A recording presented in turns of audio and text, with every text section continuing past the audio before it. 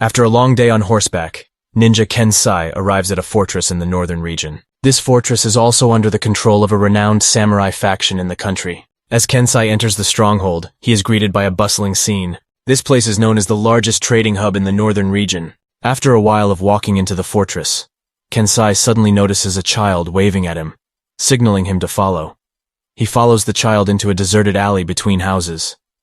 The boy stops and hands KenSai a small piece of paper before disappearing. KenSai feels surprised and senses that someone might be watching him. After reading the note, he ventures deeper into the surrounding forest of the fortress. After a while, he finds himself standing in front of an ancient Japanese-style temple. The scene here is eerily deserted, with only the sound of the wind rustling through the leaves of the trees. As KenSai enters the interior, he suddenly encounters a monk dressed in red robes, sitting with closed eyes in the middle of the courtyard. Seemingly aware of KenSai's arrival, the master spoke. "Now that you're here, come inside." KenSai entered the interior, where he was greeted by a majestic ancient oak tree, with a statue of a deity placed in front of it. Red silk ribbons were tied to the branches, fluttering in the wind. With a deep understanding of the scene, KenSai approached a nearby pond, sitting down and searching beneath the water's surface.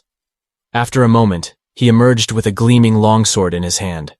It exuded a formidable aura, adorned with intricate engravings of mysterious dragon motifs. After completing his task, it had grown dark, and KenSai made his way back to the fortress. He entered a nearby inn to eat, drink, and rest.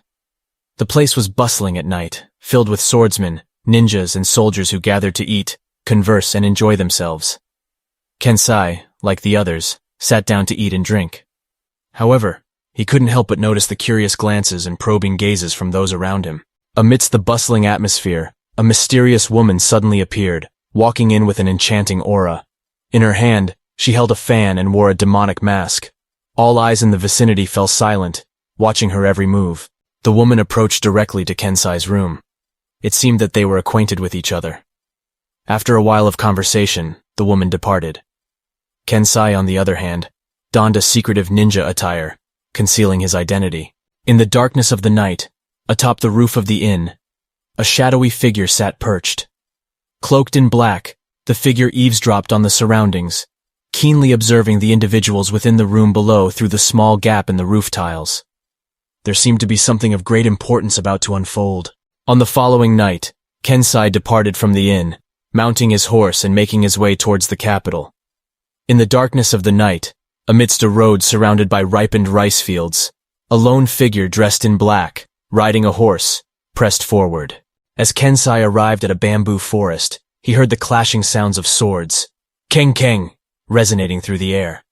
KenSai quickly took cover behind the bamboo trees to observe. Before him, there was a group of soldiers relentlessly pursuing a ninja. Upon closer inspection, KenSai recognized this ninja as belonging to a southern clan, known for their noble cause of protecting the people and eliminating wicked samurais. Unhesitatingly, KenSai emerged from the bamboo forest like a flash of lightning to aid the distressed ninja. The group of soldiers was taken aback, thrown into a state of panic by the sudden turn of events. Standing before them, KenSai noticed that these soldiers carried on their belts the emblems of the infamous samurai clan, YoShi, known for their brutality. They operated under the command of a tyrannical warlord named Narate. With his extraordinary skills, KenSai swiftly eliminated multiple soldiers with lightning-fast strikes.